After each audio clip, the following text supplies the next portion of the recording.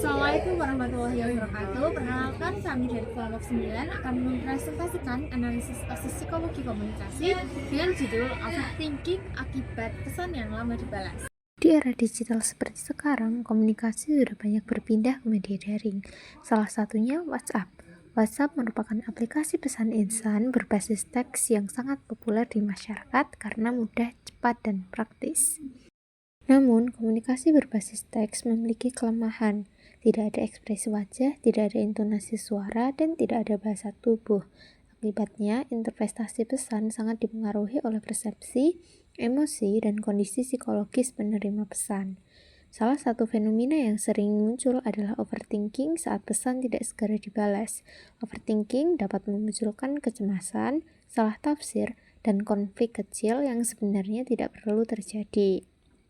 Oleh karena itu, dalam presentasi ini kami akan menjelaskan kasus overthinking yang terjadi dalam komunikasi melalui WhatsApp, dilanjutkan dengan analisis teori psikologi komunikasi, hambatan komunikasi yang muncul, rekomendasi perbaikan, dan kesimpulan. Kasus ini melibatkan dua tokoh utama. Yang pertama, Wahyu Ningsih, seorang mahasiswa yang berperan sebagai komunikator. Dua, Zahra, seorang mahasiswa yang mudah cemas dan sensitif terhadap respon chat. Kasus dimulai ketika Zahra mengirim pesan kepada Wahyu untuk menanyakan rencana pertemuan. Namun, pesan tersebut tidak langsung dibalas karena Wahyu sedang berada di luar rumah dan tidak memegang handphone.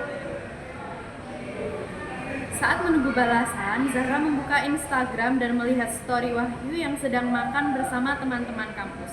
Melihat hal itu, Zahra mulai menafsirkan bahwa Wahyu sengaja mengabaikan pesannya.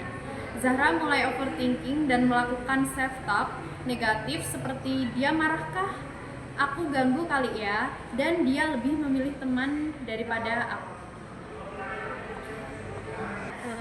Akhirnya, Wahyu membalas dengan alasan sibuk. Zahra merespons secara datar dan tidak jujur terhadap perasaannya. Pada bagian ini, kami menampilkan cuplikan video scan 1, yaitu versi komunikasi yang bermasalah. Dalam video tersebut terlihat jelas bagaimana Zahra membawa emosi dan terjebak pada persepsi yang tidak akurat, padahal masalahnya sangat sederhana. Kasus ini dapat dianalisis menggunakan beberapa konsep dalam psikologi komunikasi. Yang pertama yaitu persepsi. Persepsi adalah cara seseorang menafsirkan informasi. Zahra menafsirkan keterlambatan bahasan sebagai tanda bahwa Wahyu tidak ingin berkomunikasi. Persepsi ini salah karena tidak didasarkan pada fakta, tetapi pada emosi dan asumsi pribadi. Yang kedua, emosi. Emosi Zahra sangat berpengaruh dalam menafsirkan pesan. Rasa cemas membuat ia cepat menimbulkan hal negatif. Emosi yang tidak stabil membuat komunikasi rentan salah paham. Tiga, self-talk atau komunikasi intrapersonal.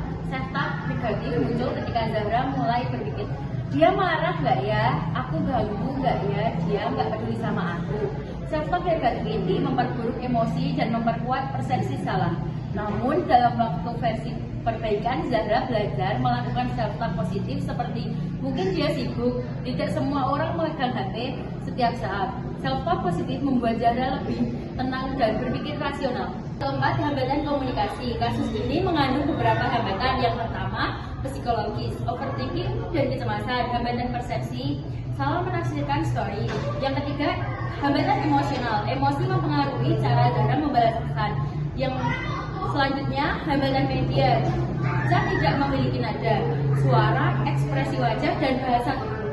Setelah menganalisis bagian masalah, kami menampilkan cuplikan video scan 2, yaitu versi yang sudah diperbaiki. Pada scan ini, Zahra belajar mengendalikan persepsi, emosi, dan self-talk.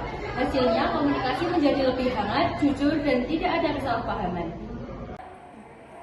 Dengan mengelola emosi dan memperkuat komunikasi intrapersonal, kesalahpahaman dapat dihindari. Overthinking muncul bukan karena pesannya, tetapi cara kita menafsirkan pesan, persepsi yang salah, serta negatif, dan emosi cemas menjadi pemicu dalam terjadinya miskomunikasi. Demikian presentasi dari kelompok kami. Terima kasih atas perhatian yang diberikan. Wassalamualaikum warahmatullahi wabarakatuh.